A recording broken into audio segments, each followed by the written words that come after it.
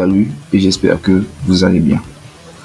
Alors aujourd'hui, nous continuons notre formation sur React.js et nous allons essayer de parler des composants. Concrètement, qu'est-ce qu'un composant? La plupart des applications web sont un peu comme des gros blocs de Lego.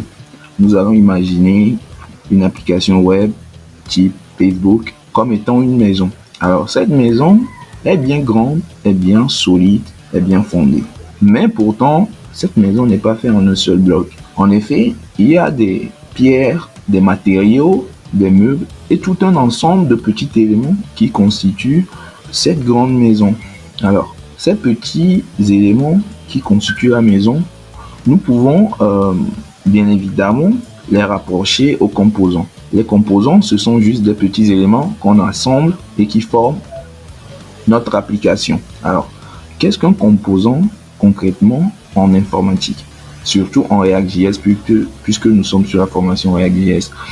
Alors, les composants, ce sont juste des éléments JavaScript qui doivent retourner un élément JSX. Je pense que lors de notre précédente vidéo, nous avons abordé le thème des JSX. Alors, les composants, ce sont juste, comme je viens de le dire, mais je le répète, des éléments JavaScript, fonctions ou classes qui retournent des éléments JSX. Alors, vous pouvez voir sur l'écran, nous avons la fonction app qui retourne un élément JSX et qui est exporté par défaut ici. Alors, cette fonction-là est un composant React valide parce qu'il retourne un élément JSX. Nous allons essayer de créer un autre composant que nous allons nommer name. Donc, ce composant va être composant de type fonction. Le créons. Nous utilisons le ES6 pour créer le composant. Donc, faisons const name. Là, nous retournons div je suis chez Déon. Alors là, nous venons de créer un élément JSX. Peut-être vous ne l'avez pas remarqué, mais lorsque nous pointons notre curseur sur le nom, nous voyons JSX element. Ça voudrait dire que cet élément JavaScript est de type JSX element. Donc, c'est un composant valide. Quelques petites règles à connaître au sujet des composants. Les composants, en tout cas le nom des composants, doit forcément commencer avec un majuscule. C'est une sorte de norme que Facebook ou l'équipe de développement de React a mis en place afin d'éviter certains problèmes d'inattention. Donc, si nous mettons un name ici, ça ne sera pas valide. Donc, la première lettre doit toujours être en majuscule. Là, nous venons de créer notre composant, mais elle ne s'affiche pas sur l'écran. C'est normal parce que nous ne l'avons pas mis directement dans notre application.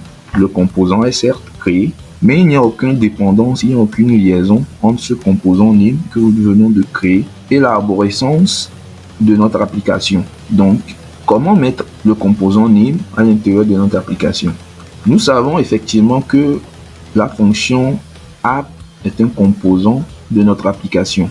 Donc, pour injecter un autre composant à l'intérieur d'un rendu JSX, on utilise cette syntaxe assez particulière. Comme ça, on met le nom du composant name et on peut fermer. Et lorsqu'on enregistre, nous remarquons que nous avons effectivement l'affichage sur notre écran. Donc là, ça marche, c'est intéressant. Mais ce n'est pas fini parce que nous venons simplement de créer un composant statique. Ce composant ne fait qu'afficher je suis Gédéon, peu importe la situation. Et donc, dans la prochaine vidéo, nous allons essayer de voir comment passer des valeurs à des composants depuis le parent jusqu'à l'enfant et pouvoir l'utiliser pour faire nos affichages. Si vous avez aimé la vidéo, n'oubliez pas de laisser un petit pouce, ça aide beaucoup la chaîne, d'autant plus que je suis nouveau dans le YouTube game. Donc, abonnez-vous, activez la cloche des notifications pour ne rien rater de nos prochaines vidéos. On se dit à la prochaine, c'était Tout Puissant G. Ciao.